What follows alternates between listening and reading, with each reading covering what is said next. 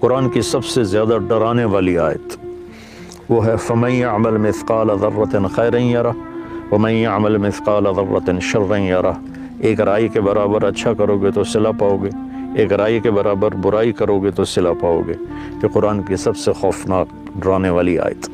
اور اس کے بالمقابل ارجا آیت فی القرآن، قرآن کی سب سے زیادہ امید دلانے والی آیت، یا عبادی الذین اسرفوا علی انفسہم لا تقنطوا من رحمت اللہ ان اللہ یغفر الذنوب جميعا، کہ اے میرے نافرمان بندو جنہوں نے اپنے نفسوں پہ ظلم کیا، اللہ کی رحمت سے مایوس نہ ہو، تم توبہ کرو میں ساری معاف کر دوں گا، توبہ شرط ہے کہ ساری معاف کر دوں گا۔ اور اللہ اپنی رحمت کو ایک حدیث میں اللہ کے نبی نے بتایا، اللہ یوں بیان فرماتے ہیں یبن آدم لو بلغت ذنوبک عنان السماء ثم استغفرتنی غفرت لک ولا ابالی، میرے بندے اگر تو اتنے گناہ کر کے